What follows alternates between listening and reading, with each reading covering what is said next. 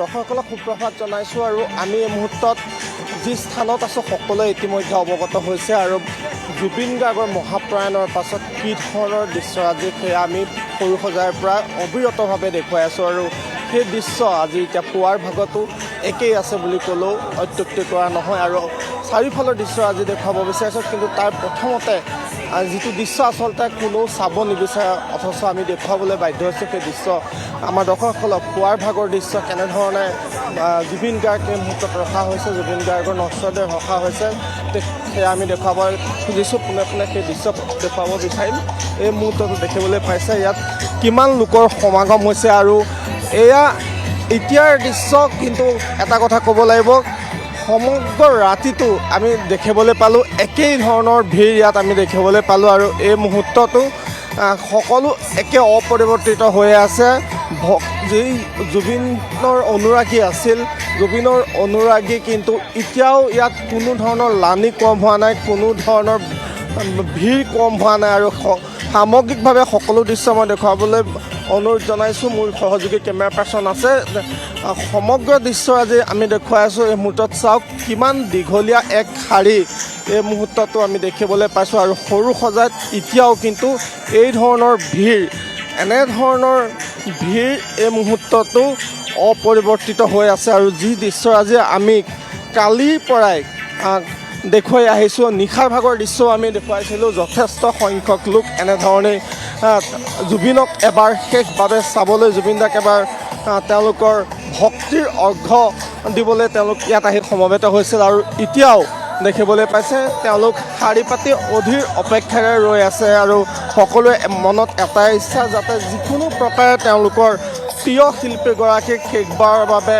অশ্ৰুসক্ত নয়নেৰে হ'লেও তেওঁলোকে যাতে বিদায় জনাব পাৰে এবাৰ হ'লেও যাতে তেওঁক চাবলৈ সুযোগ পায় তাৰ কাৰণেই তেওঁলোকে এনেধৰণে ৰাতিৰ পৰা ইয়াত এনেধৰণে ৰৈ আছে মহিলাই হওক পুৰুষেই হওক বা বয়োজ্যেষ্ঠ লোকেই হওক সকলোৱে আচলতে কিংবদন্তীত পৰিণত হোৱা জুবিন গাৰ্গৰ যি মহাপ্ৰয়াণ সেই মহাপ্ৰয়াণক যদিও সহ্য কৰিব পৰা নাই তথাপিও কিন্তু তেওঁলোকৰ মুখত আমি দেখিছোঁ জুবিনৰ গীত প্ৰত্যেকবাৰে যেতিয়াই আমি তেওঁলোকৰ কাষ চাপি যাওঁ তেতিয়াই তেওঁলোকে কয় জয় জুবিন গাৰ্গ আৰু আজিৰ দিনটোতো আমি দেখুৱাই আছোঁ কেনেধৰণে তেওঁলোকে তেওঁলোকৰ প্ৰিয় শিল্পীগৰাকীক বিদায় জনাবলৈ ইয়াত আহি উপস্থিত হৈছে আৰু আমি দেখিবলৈ পাইছোঁ জয় জুবিন দা শীৰ্ষক তেওঁলোকৰ আমি স্পৰ্টিং তেনেধৰণে জয় জুবিন দা শীৰ্ষক নাম লৈ তেওঁলোকে ইয়াত উপস্থিত হৈছে আৰু যিহেতু ইয়াত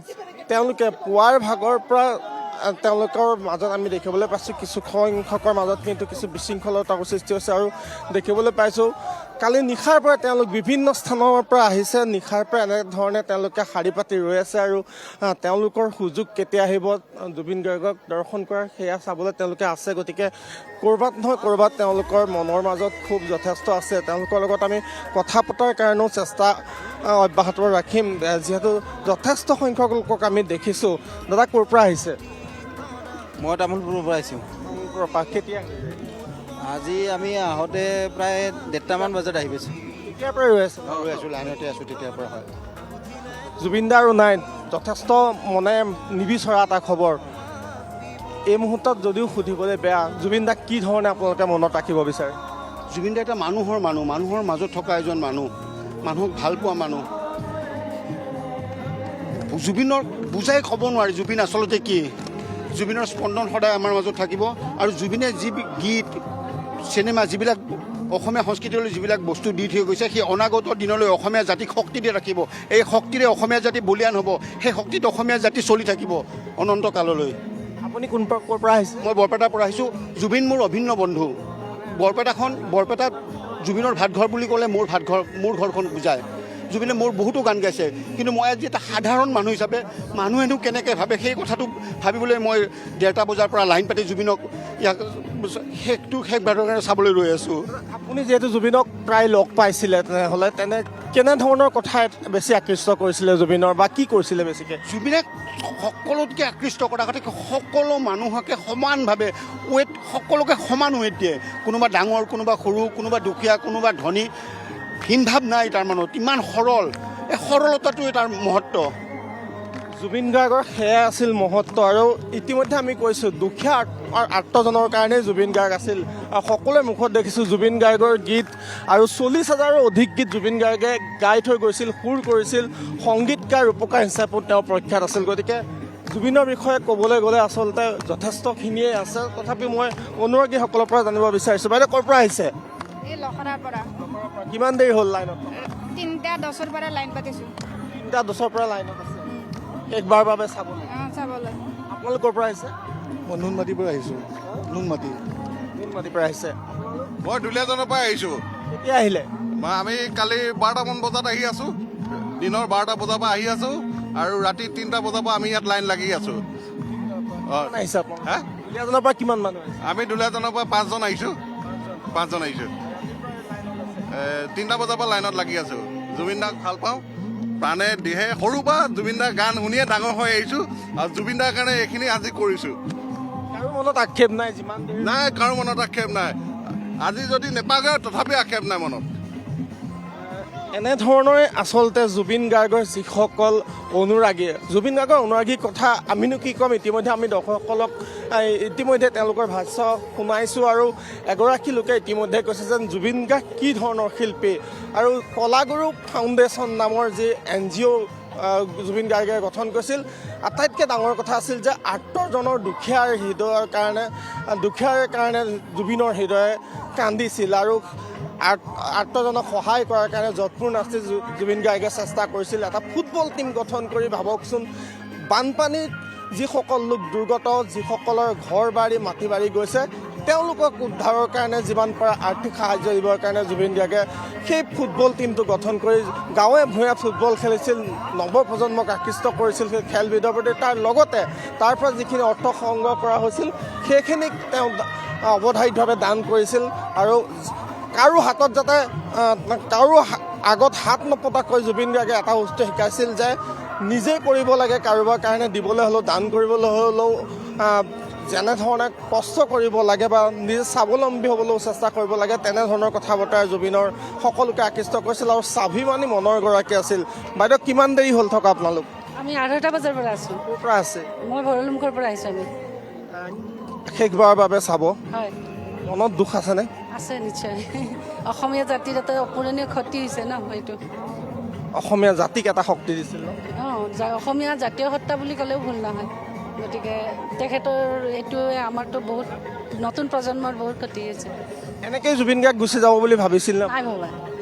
নাই ভবা আৰু ভাবোঁ আমাৰ সন্দেহৰ আৱৰ্তত আছে। গতিকে ভালকৈ ইনভেষ্টিগেশ্যন হ'ব লাগে। গোটেই মৃত্যুৰ বিষয়টোক লৈ আপোনালোকৰ যথেষ্ট সন্দেহ? তেওঁত আছে আমাৰ চবৰে।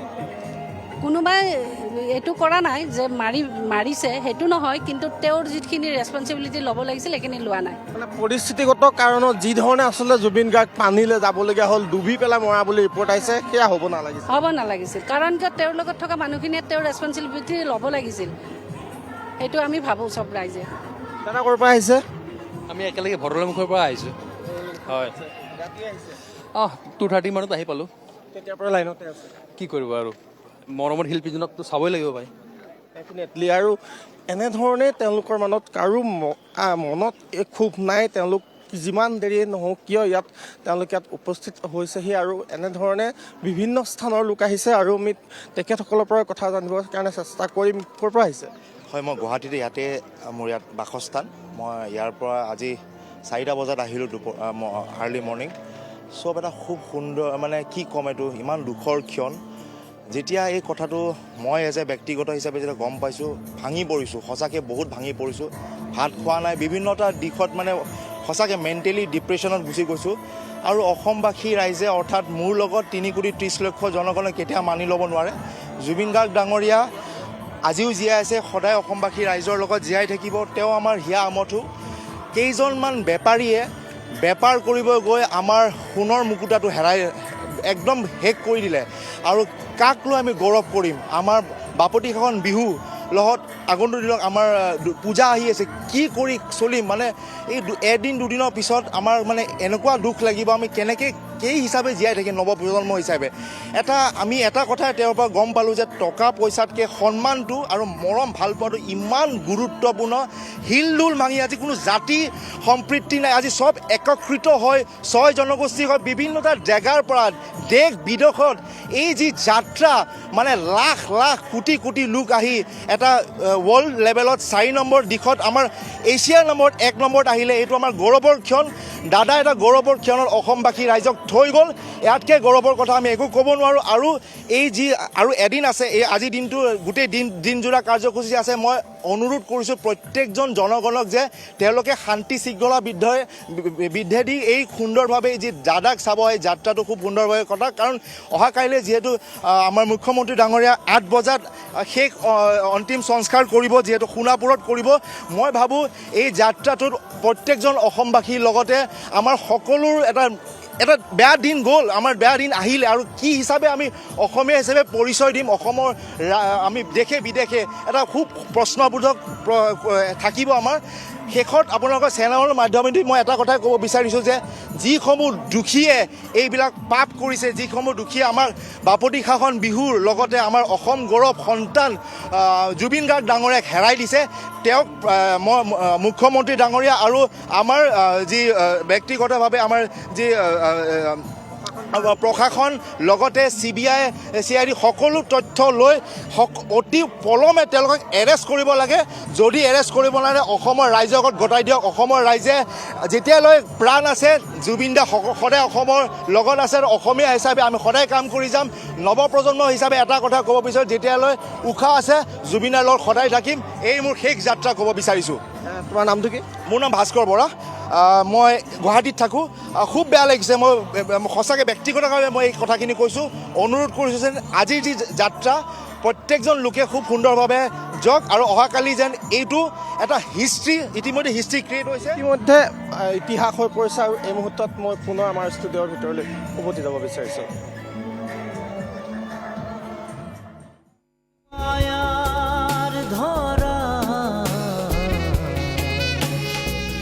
দুদিন মাথো থাকিবা তুমি